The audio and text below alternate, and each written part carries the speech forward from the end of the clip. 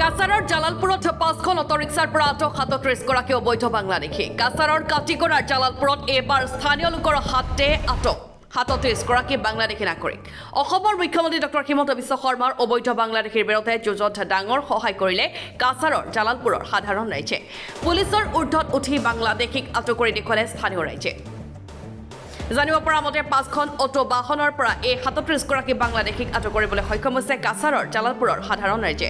মঙলবাৰে নিশা প্ৰায় 9 মান বজাত পশ্চিম কাটিগড়াৰ জালালপুৰত স্থানীয় ৰাইজে আটক কৰিছে 37 গৰাকী বাংলাদেশীক। জানিব পৰা মতে বহুদিনৰ পূৰ্বে তেওঁলোকে অবৈধভাৱে ভাৰতত প্ৰৱেশ কৰিছিল আৰু ভাৰতৰ বিভিন্ন ৰাজ্যত কাম কৰি আহিছিল।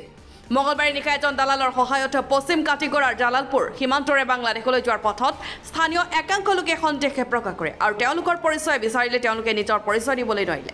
লগে লগে স্থানীয় ৰাইজে 5খন অটোৰ পৰা সৰু ল'ৰা ছোৱালীকে ধৰি প্ৰায় 30জন লোকক আটক কৰিছে আৰু আৰক্ষীক খবৰ কৰি দিয়ে। ঘটনাস্থলীত উপস্থিত হৈ আৰক্ষীয়ে বাংলাদেশী লোকসকলক গ্ৰেপ্তাৰ কৰে। বৰ্তমান তেওঁলোক আৰক্ষী জিম্মাত। অল্প আগে এখানে আমাদের এই ভৈরবপল্লীতে দুটা অটো ধরা হয়েছিল এবং এই অটোতে সন্দেহযুক্ত বাংলাদেশি লোক ছিলেন। আমাদের সীমান্ত অঞ্চল দিয়ে বাংলাদেশে পার হওয়ার জন্য ওনারা এদিকে যাওয়ার পথে ছিলেন। এখানে স্থানীয় একজন যুবকের সন্দেহ হয় এবং ওনারা এখানে ওনাদেরকে আটক করে জিজ্ঞাসাবাদ করেন। তারপর দেখা যায় যে ওনারা বাংলাদেশ যাওয়ার পথে ছিলেন। তারপর আমার কাছেও ফোন যায়, আমি সঙ্গে সঙ্গে আমাদের গুমরার পিআইসি ইনচার্জ পঞ্চবল্লভ বড়ুয়ার সঙ্গে ফোনে বার্তালাপ করি।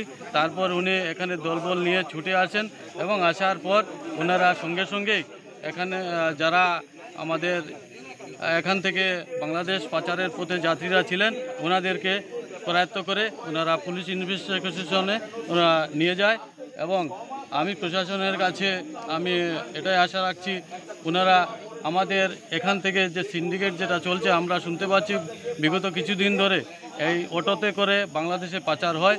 তো আমি চাইব যে অতি সত্বর এখানে সিন্ডিকেটের যারা মূল পান্ডারা রয়েছেন ওদেরকে যাতে চিহ্নিত করে প্রশাসনের আওতায় এনে ওনাদেরকে জিজ্ঞাসাবাদ করা হয়। আমার জানা মতে এখানে আমাদের দুটা অটোতে কমসে কম 15 জন 16 জন বাচ্চা বৃদ্ধ বালিকা মিলিয়ে হবে আর ওইখানে আরও 3টা অটো রয়েছে, মোস্ট প্রবাবলি হবে এখানে 30 জনের মতো হবে। আরও যেন সতর্ক করে তোলার জন্য অনুরোধ করছি, কারণ এই অঞ্চলে প্রায় চুরি, গরু চুরি, প্রায় ঘর চুরি এসব নিয়ে সব ধরনের দেখা দেয়। তাই এই অঞ্চল দিয়ে সব কিছু যাতায়াত হয়। আমাদের বর্ডার আছে, বিএসএফ ফোর্স আছে, কিন্তু আমরা কোনো সুরক্ষা পাচ্ছি না। আজকে 5টি অটো ধরা হয়েছে, দুটা আমাদের Bhairabpalli. Bureau report, NTV for Assam.